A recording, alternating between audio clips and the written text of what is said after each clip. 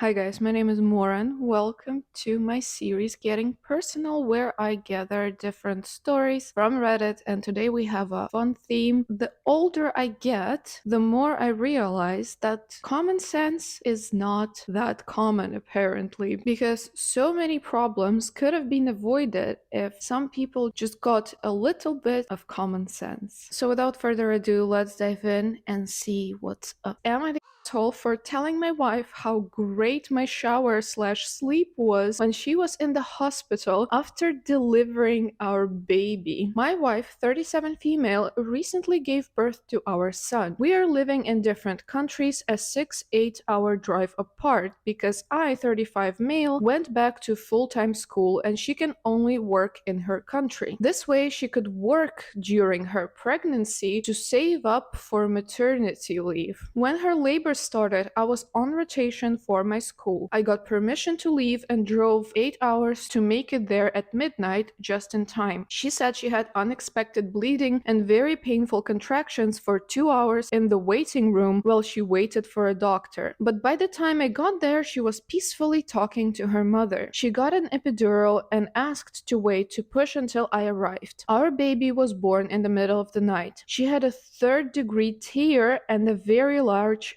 hemorrhoid from pushing. They moved us to a cramped room with a bed for her and a recliner that was very uncomfortable for me to sleep in. Oh, you poor baby, you didn't have a good night's sleep. Oh, I didn't even finish this story and I'm already pissed at this man. Mother-in-law went home and returned at night to relieve me. I went home, slept overnight, showered, and felt refreshed. I returned the next morning. I told her how great it was to sleep in our bed and take a shower. Her condo shower has the best pressure. Told her I badly needed it after driving all day plus spending the next day in hospital. At that point, they had moved to a private room which still only had a fold-out padded chair that mother-in-law had slept in. My wife complained that she couldn't take a shower because the bathroom didn't have any warm water. The baby had been up all night crying/feeding and that it hurt for her to walk because of the tear/hemorrhoid. Now our baby is 2 months old. I managed to have a few weeks off, which I spent with them. Mother-in-law is staying with wife to help with baby. A week ago, we got into an argument about something. She started accusing me of never once having woken up at night to help with the baby and told me that it was very inconsiderate of me to have bragged about my shower/sleep when she couldn't have those luxuries in the hospital. She said I should have seen that she was sleep deprived and still covered in her own sweat/blood, and that it was callous and dense of me to make those comments. She said it showed a lack of compassion. I didn't make those comments maliciously. I had gone about 48 hours without a shower, and combined with the 8-hour travel, I felt quite filthy. I had also woke up at 5 a.m. and did a 5-hour shift before driving up 8 to 10 hours to get to the hospital. It had been over 36 hours before I had last slept in a bed. I expressed to my wife that it felt great to take a shower and sleep because of the sleep deficit I had and because of how filthy I was feeling. I mentioned that having a good night of sleep and a shower meant that I felt fresh and could be fully present for her and the baby and as helpful as possible during this time. Am I the asshole for just expressing gratitude for my experience?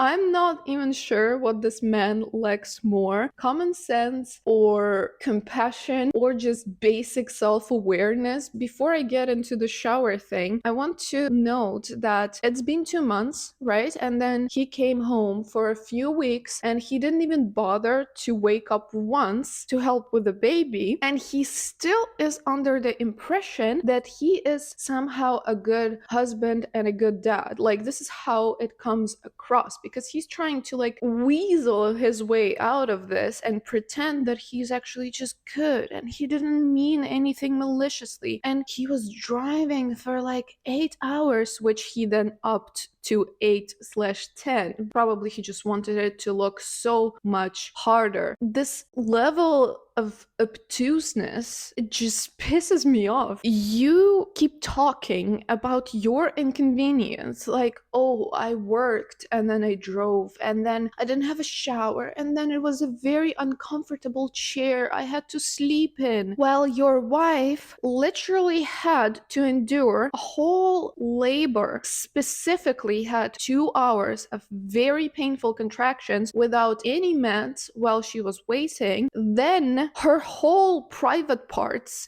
getting split through the middle, because that's exactly what third degree tear is. It's like huge gash that goes like all the way across, and that one definitely required stitches plus a hemorrhoid. So that combined would have made it so painful for her for like probably months to recover. Then she couldn't sleep after labor because the baby was up all night and she had to feed it and she had to calm it down and listen to its screams while being super tired and in pain and covered in blood and sweat. And then your little ass comes in the morning and goes like, oh, I had such a nice warm shower with amazing pressure and slept in the bed. How wonderful, isn't it, honey? Like, have some common sense. It's not even common sense, it's like just sensitivity to not maybe mention showers and good sleep in front of your wife who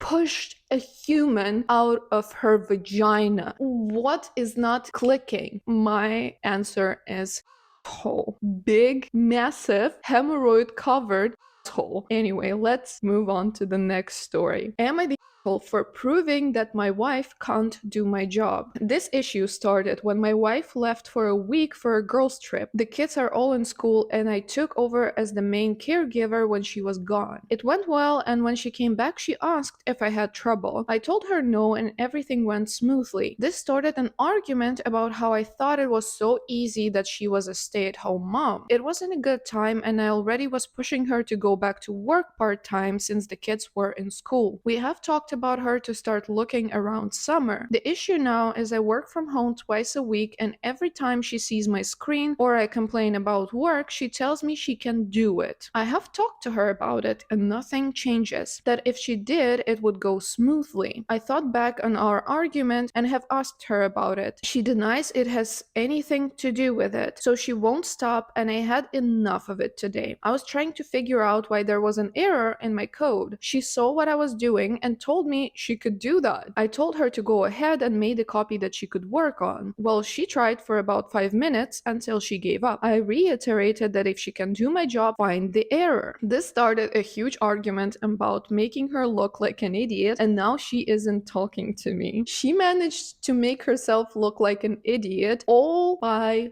herself, not the asshole, and the wife definitely severely lacks common sense. What do you mean you can do his job easily? And it's like the level of nonchalance when she says that just impresses me, because it's like being a stay-at-home mom is not the same as doing a certain job. I'm not devaluing stay-at-home mothers. It's obviously hard. It's obviously also like a full-time occupation, and I think women or men should be compensated in a way for raising children and taking care of the home, right? But raising children and staying at home is comprised of everyday sort of tasks like making food, cleaning, driving them to school, putting them to bed, and stuff like that. Those things are ones that most people can quite quickly learn to do, and coding is not something you can just turn around and start doing. What if he was like a nuclear physicist or something like that? Would she also be like, oh, I can also do your job? Easy. And if I did that, it would go without a hitch. I don't really get her thought process, because obviously without knowing coding, you cannot find the error in a code in 5 minutes, because you would wouldn't even know what an error is supposed to look like. But on a more serious note, I kind of feel this whole thing is coming from her uncertainty and her being upset that it probably is very hard for her to be a stay-at-home mom. And when you manage to do that without too much problem, she maybe felt,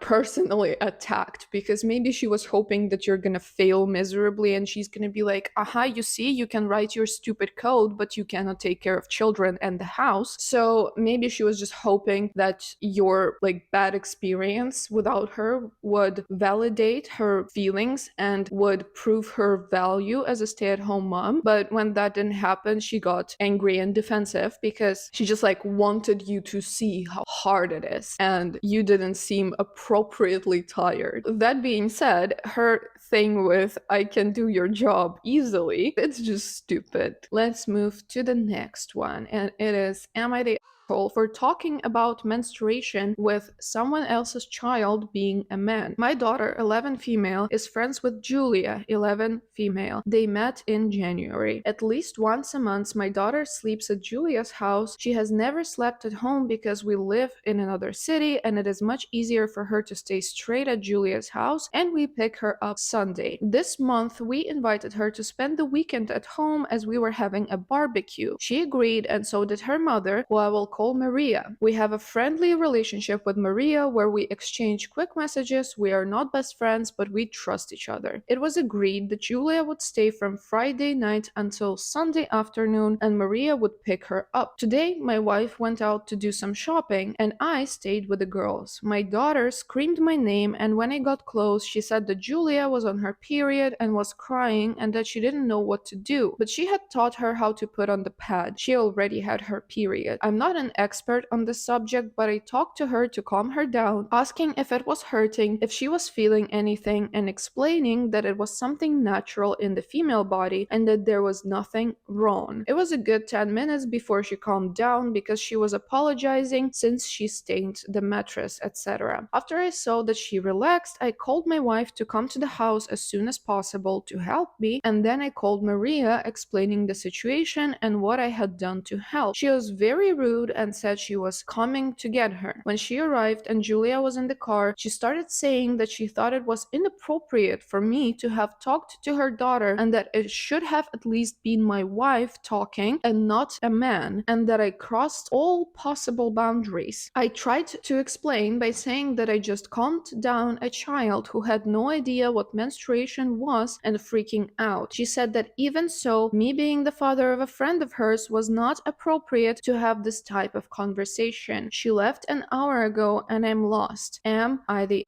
asshole? First question that I have is that why the an 11-year-old girl still doesn't know what menstruation is? Now, you see, this is a minor detail, but this already makes me question her mother, because her mother, her behavior in this story aside, should have educated her daughter beforehand so this situation precisely wouldn't have happened, because you should prepare girls for this situation way before it happens. Menstruation, when it starts, it's scary even when you know what's happening. You should be as educated and as prepared for it as possible to know that you're not bleeding out and you're about to die. Imagine you have no idea what's happening and then you start bleeding. Of course it's scary. Of course you would be upset and distraught, and also you're at a friend's house where you bled all over the bed and stuff. That's embarrassing for one, and then it makes it even worse because you don't know what's happening to you and you're all alone. So what should he have done? Should he have just left her to cry for 30 minutes to an hour until his wife gets home? Or maybe they should have just waited for her mom to get there for hours. What are you on? I don't understand the thought process of Julia's mother, because the dude did awesome in the situation. He went and helped the child to get through emotions, to calm down. He tried to do anything that's in his power to help her process what happened, right? And instead of thanking him, this Mother comes in and she's like, "You crossed all the boundaries." He would have crossed all the boundaries if he barged into the bathroom where Julia was sitting without her knickers and yelled at her for staying in the mattress. That would be crossing all the boundaries. Anyhow, the mother should get some common sense. This is ridiculous. Also, please teach your daughters what menstruation is and how to handle it before they have to face it alone and potentially in some like a station bathroom or at school or somewhere else. Okay, thank you. Let's move to the next story. Am I the asshole for refusing to make my daughter issue an apology to the class clown and telling the mother her daughter is a brat? My daughter, Ava, 14, is a good kid in general. She gets good grades and is pretty quiet at school, sticking to her friend group and not causing issue. I was surprised getting a call today that I needed to pick her up since she got in trouble at school. Basically, what happened was the class clown, Mia, was messing around in class, was dancing, singing during class for no reason. My daughter had enough and told her to shut the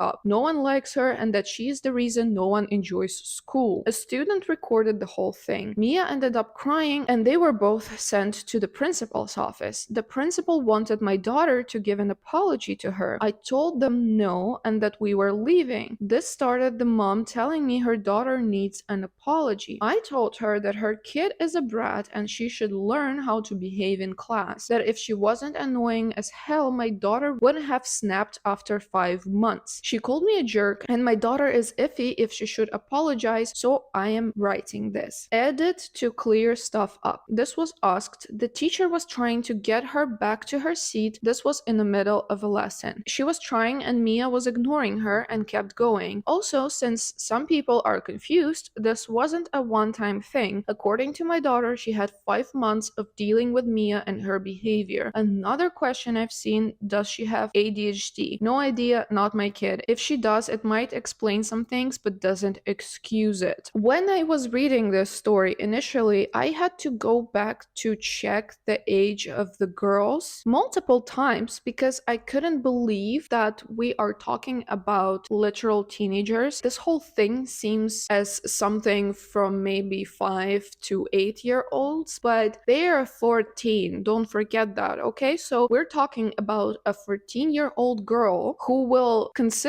for 5 months disrupt lessons, dance and sing in the middle of lessons, not listen to the teacher, not get back to her seat, and then she and her mother were upset that someone finally snapped and told her to shut the fuck up. What is going on? OP and her daughter are not whatsoever. It's strange that nobody snapped before that because this is seriously ridiculous. We all have to follow some basic rules to make our coexistence peaceful. And if you cannot follow them, then there are repercussions. A one-time thing would be understandable, but if it goes on and on and on, then something is definitely wrong, and I will have to agree that Mia is being a brat. So I feel that both mom and Mia are lacking common sense. I don't know what the school is doing. Why is nobody like transferring her, kicking her out, punishing her, sending her to detention? Because if she does that for 5 months, there should have been some action taken, but clearly no one cared enough to do something about it. And also ADHD, I agree with the mom that like it might explain things, but it doesn't excuse things because I mean, once again, they're 14. It's about time to know how to handle it. It's about time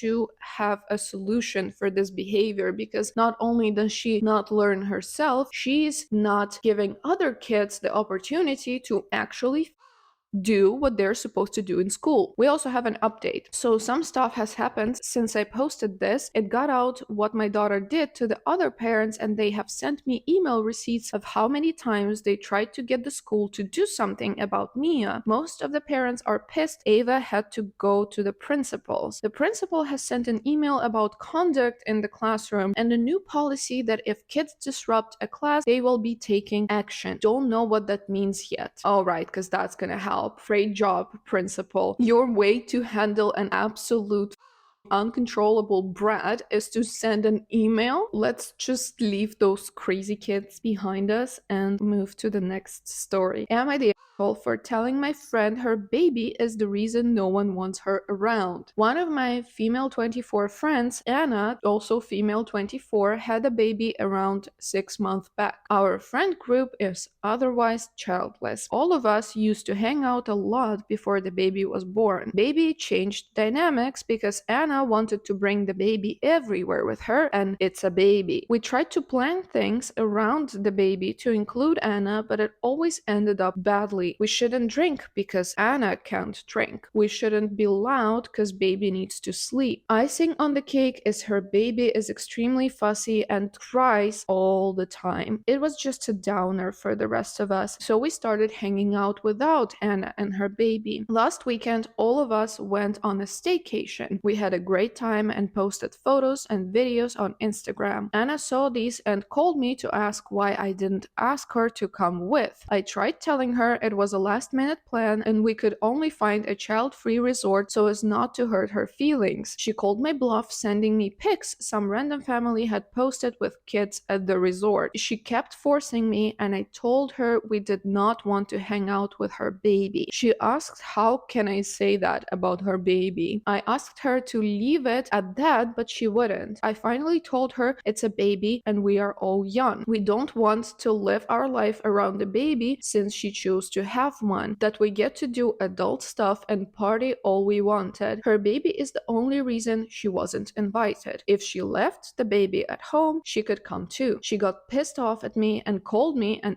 asshole. She also sent a text in a group chat saying she is disappointed in all of us for excluding her just because she's a mom. Half of our friend group thinks I should not have told her the real reason and is mad at me. Another half thinks she is unreasonable. Am I the asshole for telling her the truth? Not the asshole at all. This is in the common sense episode because I swear to God, some of the parents will develop this selective dumbness about their baby and about how things work after they have a child, because they somehow think that since they had a child, now everybody else around them, regardless of whether they want it or not, should accommodate this child into their lives, which is just straight up not true. No one is obligated to include your child into their lives unless they want to. You chose to have a child, now you suffer sort of the reforming of your lifestyle. But it doesn't mean that other people have signed up to reform their lifestyle according to yours now. So I don't think they did anything wrong. I don't really like that they didn't tell her straight up that they don't want to hang out with her because of the baby. It could have been handled in a more calm conversation. Anna probably would have also reacted unreasonably, but that's another matter. I just don't know how can you not realize that your baby is a potential problem for your social life, especially since these girls are like 24. They're still so young. They shouldn't have to deal with a baby if they don't want to. I don't know how many times I have to say it, but like nobody owes you anything. And the way that Anna plays this card of like she's disappointed because they excluded her because she's a mom shows that she doesn't want to acknowledge the basic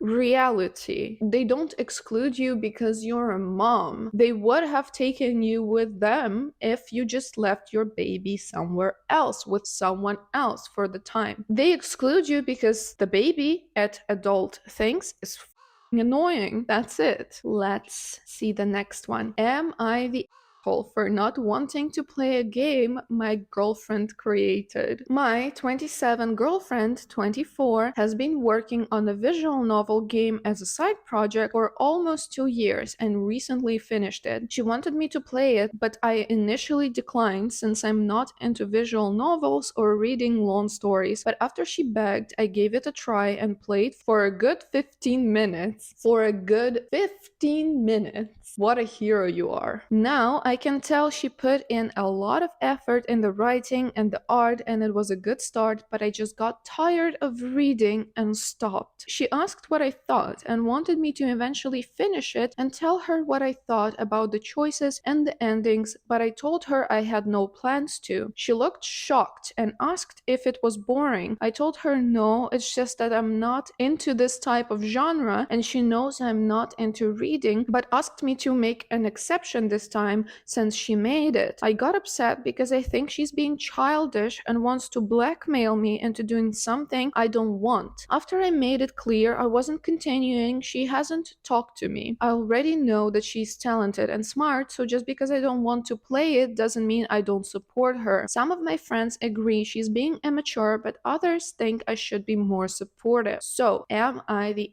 asshole? So let's see. You absolutely could spare a little bit of time and attention to actually support and show interest in what your partner does, but you chose to spend a whopping 15 minutes on it and then you just quit. And you're asking if you're the asshole. Yes, you are. I feel like it is just common understanding that if you are in a relationship, you kind of are supposed to be interested in what your partner does. It's not necessarily you have to be 100% all the time involved into each other's business and stuff. I mean, there are people who don't really understand what their partner is doing, right? Because it can be too complicated or too specific, too niche, but you still have to show interest. And in this case, you would be able to play the game, you would be able to understand, but you just got tired of reading. I am getting heated over this because I have like two split opinions in here, okay? They're along the same lines, but one is more baseline, which is, yeah, it makes sense. You should have shown interest in your girlfriend's game. The second one is more personal to me because I have a similar issue with my husband and my relationship, and we've been arguing over this. Well, not arguing, but like mildly disagreeing over this for as long as we are dating, because I write books, fiction, and he does not read fiction, like at all. So we have an issue, right? Because I get upset that he never read any of my books. It kind of hurts because he can read, so that's not an issue. He can understand the text, and he always tells me that he doesn't want to read my novels because he will not be able to appreciate them. And I sort of get it. I get it because it's like me trying to, again, also play a game someone created because I don't like games, but I would still absolutely try to do it and enjoy it if he made something, because I think it's very important in a couple to support each other. We basically came to an understanding that so far I'm ready to accept that he's not reading my fiction, but I feel like if one day my novels get published and he still doesn't read it, now then we're gonna have a problem. My position is that if you can, you should try and support your partner. So yeah, that was my little personal outburst, but even without that, still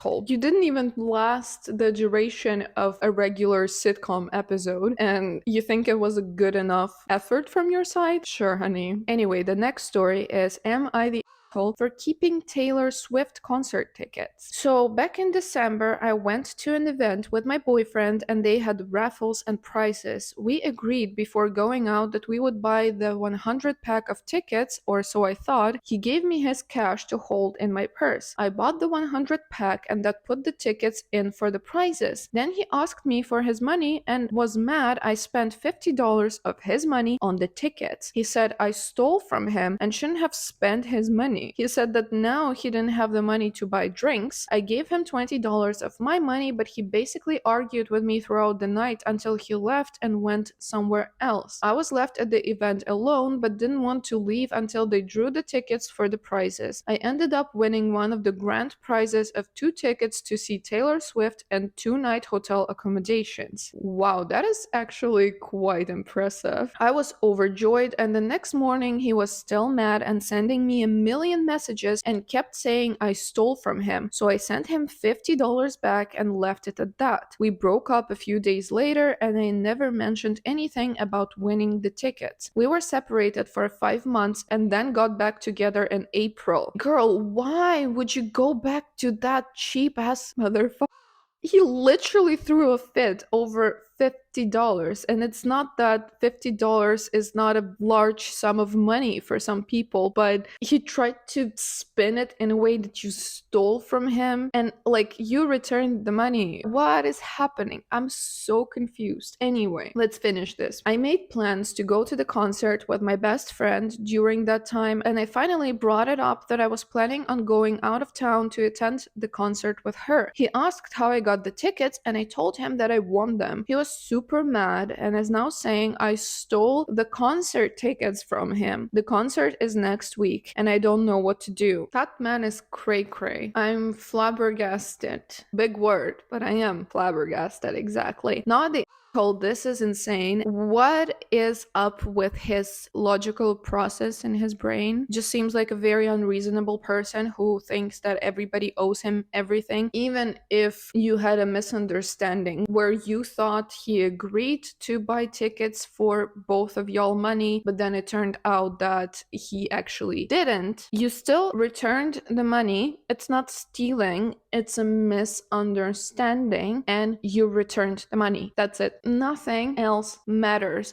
Dude, I hope you break up and I hope you had fun at the Taylor Swift concert. His attempt to spin this as if you stole the tickets is so stupid. I don't even want to discuss that. So let's move to the next story. This one is from Relationship Advice. My boyfriend, 30 male, wants me, 25 female, to stop wearing makeup, getting my nails done, and straightening my hair. Is he trying to control me? My boyfriend recently told me he does not like when I wear makeup, get my nails done, straighten my curly hair, and wear perfume. He said when I do so, I am a fake person, I am disrespecting him, and he constantly says I smell like a Mind you, he knew before he started dating me that I like to do those things I listed. I rarely get my nails done and I only straighten my hair when I'm getting a haircut or during fall/winter season because my hair is easier to maintain. I wear makeup to work, but it is not heavy. I only do my eyelashes, eyebrows, and some blush. I love my perfume and I love smelling good. I don't see an issue with it. I've told him multiple times that it is very disrespectful to tell me I smell like a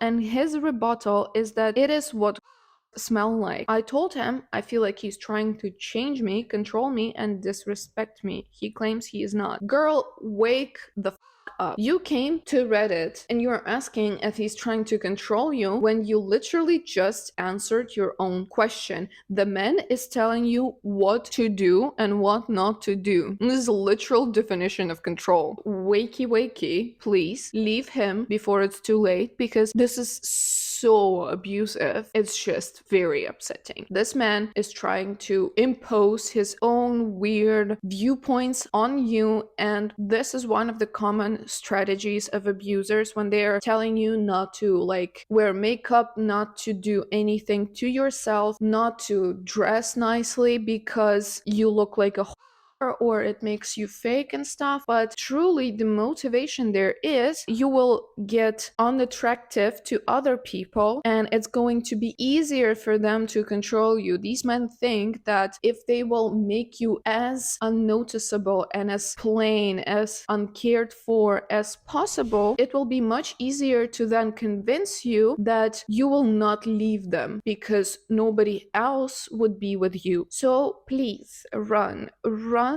before it's too late. And it's in the common sense episode, I think, for a very obvious reason, because Yedoy, he's trying to control you. This was the last story I had for you today. I hope you enjoyed this episode. If you did, drop a like. Don't forget to subscribe, please. You're always welcome to write your own stories that deal with something common sense-ish or common sense not sensing. Thank you so much for watching if you're still here, though I doubt it. I'll see you with another episode next week. Bye.